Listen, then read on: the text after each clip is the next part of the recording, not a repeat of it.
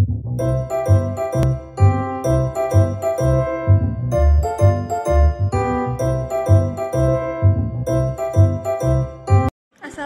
warahmatullahi wabarakatuh. Halo teman-teman semuanya, apa kabar kalian hari ini? Semoga kalian sehat selalu ya.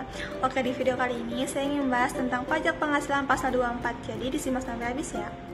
Masuk ke materi yang pertama, yaitu ada pengertian dari PPh pasal 24, yang artinya jumlah pajak yang terutang di luar negeri atau penghasilan yang diterima dari luar negeri yang dapat dikreditkan terhadap pajak penghasilan yang terutang atas seluruh penghasilan wajib pajak dalam negeri dengan menggunakan metode pengkreditan yang ditetapkan Undang-Undang Pajak Penghasilan. Selanjutnya ada ketentuan teknis dari PPh pasal 24.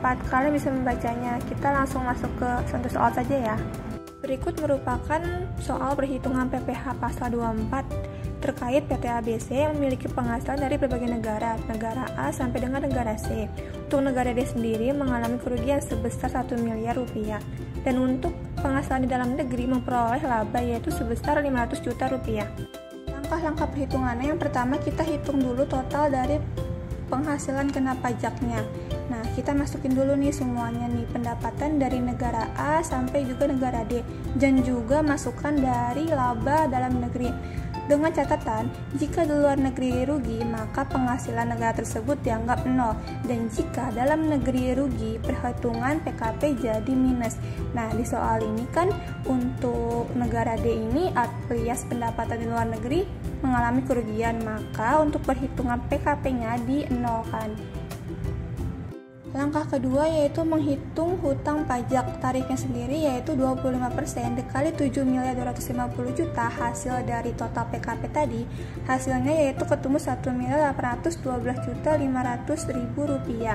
Nah, langkah ketiga ini kita menghitung KPLN-nya satu persatu negara A sampai negara D. Nah, rumusnya ini PLN atau penghasilan luar negeri dibagi PKP atau penghasilan kena pajak dikalikan dengan hutang pajak. Untuk negara A sendiri pendapatannya tadi 2 miliar dibagi dengan jumlah total PKP dikali dengan hutang pajak yaitu sebesar 1.812.500.000, hasilnya yaitu 500 juta.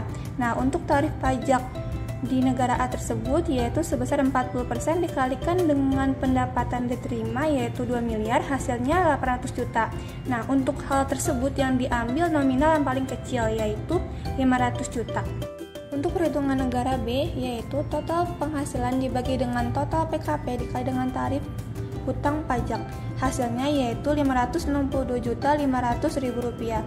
Untuk tarif pajak yang dibayar negara B sendiri dikenakan tarif pajak sebesar 35% dikalikan dengan total penghasilan yaitu sebesar 2.250 juta rupiah.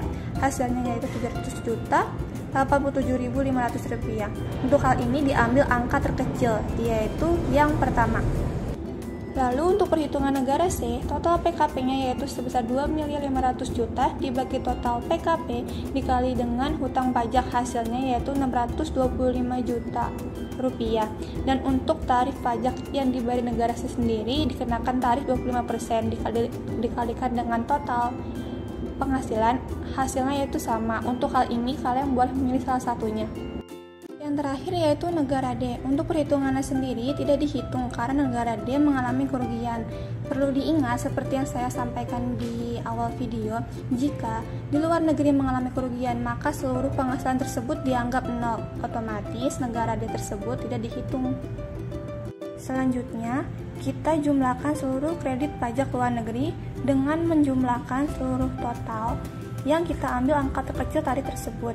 Nah, tadi kan negara A ini ada 500 juta, negara B ada 562.500.000 rupiah, sedangkan untuk negara C sendiri 625 juta rupiah.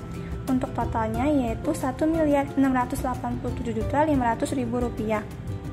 Langkah yang terakhir yaitu kita menghitung total hutang pajak yang harus dibayar oleh PT ABC dengan cara total hutang pajak yaitu 1.812.500.000 rupiah dikurangkan dengan jumlah kredit pajak luar negeri, hasilnya yaitu 125 juta rupiah.